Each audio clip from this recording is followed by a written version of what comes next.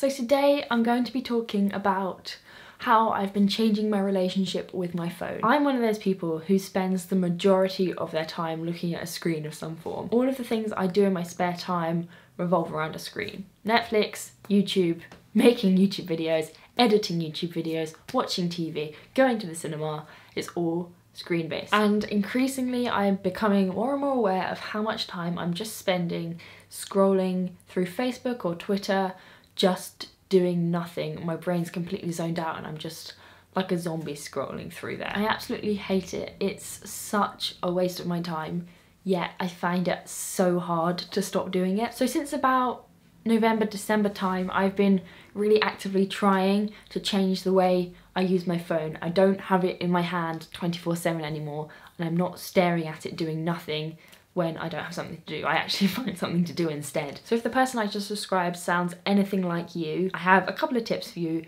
on ways I've managed to improve my relationship with my phone. The two things that I've done which have been most beneficial to me have been really simple, first of all, and they're both things which make me stop picking up my phone in the first place. The first step is mailing lists. If you've got your emails on your phone, it's a nightmare. Now, I admit there are two types of people. There are the people with thousands of emails in their inbox and they have a massive red bubble next to their mail app. And then there are the people like me who absolutely cannot stand having a red bubble in the corner of an app. So every single time a new email comes in, you're opening your mail app and you're either reading it or most often you're just deleting it because it's just spam from a company. So step one is to unsubscribe from all those mailing lists, all those companies which are just sending you PR and marketing things. Get them out of your life, because the majority of the time you're not reading them, and when you are, you're clicking onto their website and you end up spending money. If there's an email which you get and automatically just go to delete, you probably don't need to be receiving the email, so consider it, potentially unsubscribe. It's just so refreshing being able to open your phone and not have to constantly keep going into the mail app and deleting things. Now, I didn't use these, but there are a couple of websites which help you unsubscribe from emails kind of in bulk. There's one called Unroll and there's one called CleanFox that I'm aware of, so I'll link them down below. I don't know how good they are. And then to actually follow through with it and actually keep it going,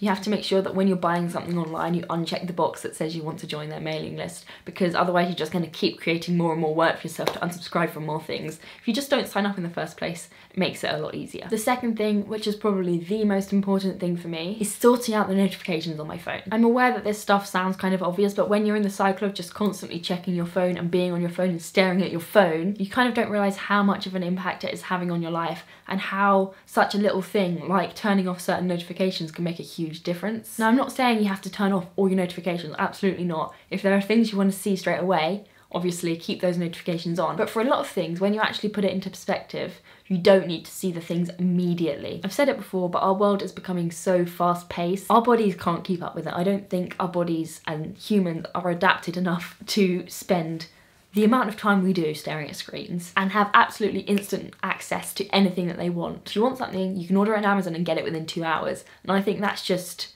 a step too far. Like, it's nice, it's easy, but you're not going to get anywhere in life if everything just happens to you instantly when you want it. I had to sit down and I had a long hard think about what apps I wanted to be able to contact me immediately and what things I could just kind of stumble across whenever I wanted to. If you've got games on your phone, this is a big one, because they are amazing at sending out notifications like, come back to the game, this thing's happening, you're missing out. It's not normal for a game to be able to be like, hey, play me now, play me now, play me now. You should just be able to play a game when you want to play the game. It's a game, it's supposed to be fun. So I've turned off all the notifications for all games on my phone.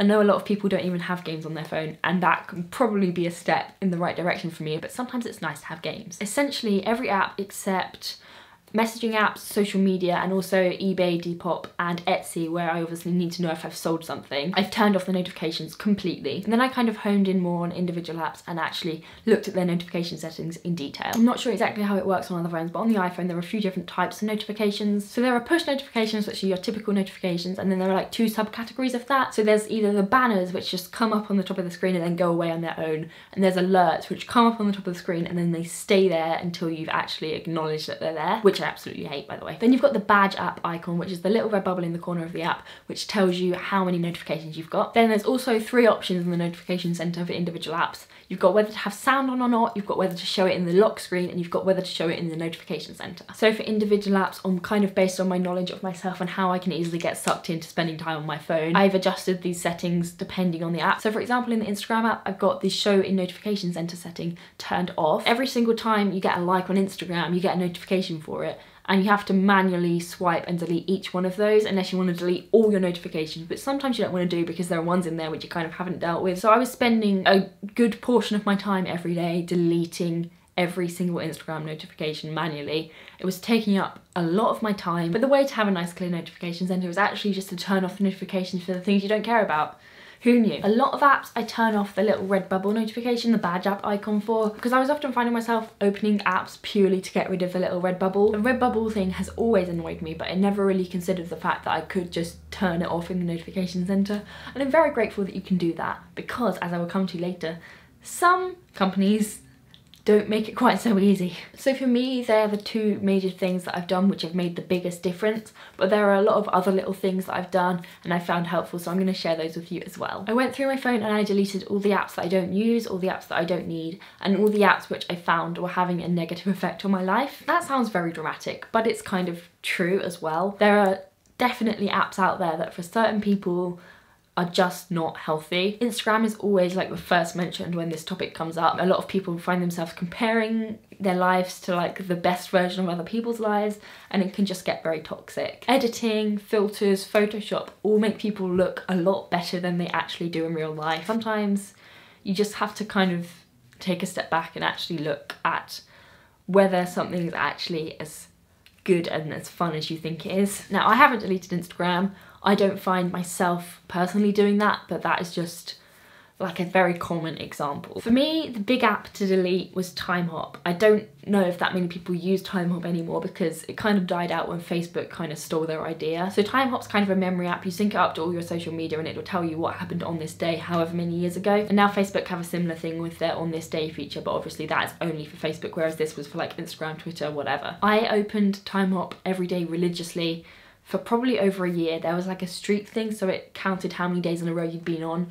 And I think mine was like in 400 maybe, I don't know. I opened it every day and I liked looking back at the memories and I liked knowing what I'd been up to a year ago today kind of thing. But for me, knowing how my brain works and how I like to think, it's not healthy to be constantly dwelling on the past and looking back at the good times and all that kind of stuff. Because again, the stuff I'm putting on social media is only the highlights and the best version of myself. Looking back at myself and thinking how nice my life used to be and why is it not like that anymore was just so unhealthy for me because it wasn't true. It started to get quite obsessive and I started to get very unhappy. Every morning I check it, I'd be like, oh, this is such a nice thing to look back on.